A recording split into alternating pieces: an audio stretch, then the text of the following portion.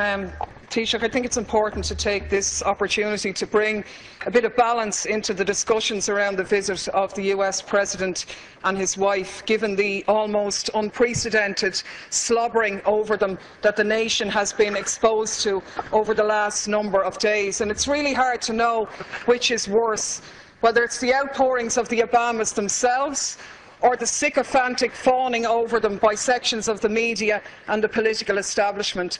And of course, the biggest irony of all, the protestations of Obama himself in his speech to the children in Northern Ireland about peace, when he said, "Those who choose the path of peace, I promise you that the United States of America will support you every step of the way. We will be the wind at your back." Now I ask you, is this person going for the Hypocrite of the Century award? Because we have to call things by their right names. And the reality is that by any serious examination, this man is a war criminal. He has just announced his decision to supply arms to the Syrian opposition, including the jihadists, fuelling the destabilisation of that region and continuing to undermine secularism and knock back conditions for women.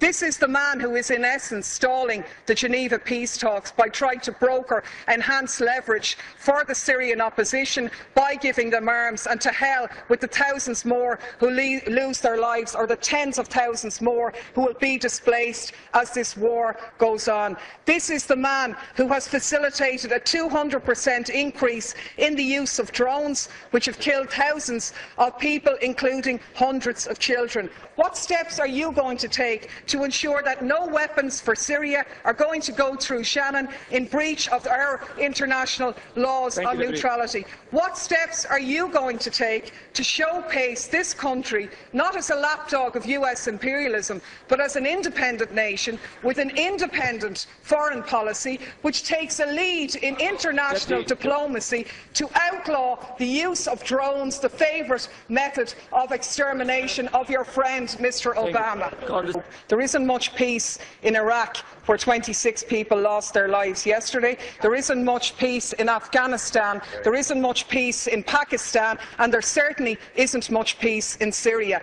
And the side I'm on in Syria is the one, and what I agree with is the statement by Oxfam, where Oxfam said sending arms to the Syrian opposition won't create a level playing field. Instead, it further risks fuelling an arms free-for-all, where the victims are the civilians of Syria.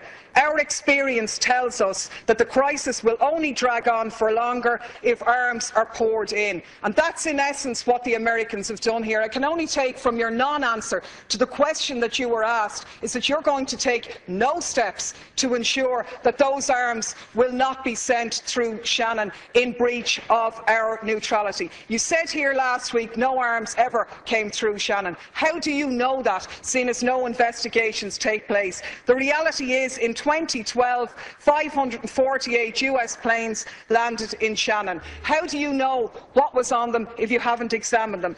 And the last point I'll make is that people in this country are very fond of our American brothers and sisters, and I think we stand far more shoulder to shoulder with them by making valid criticisms of their president, who has broken his election promises, rather than just pimping this nation as a tax haven for their corporations. I'm sure the Americans would far prefer if their multinationals paid their taxes at home rather than offshore here, so they could develop their health care, so they wouldn't be wasting money on arms being sent to slaughter people in other countries.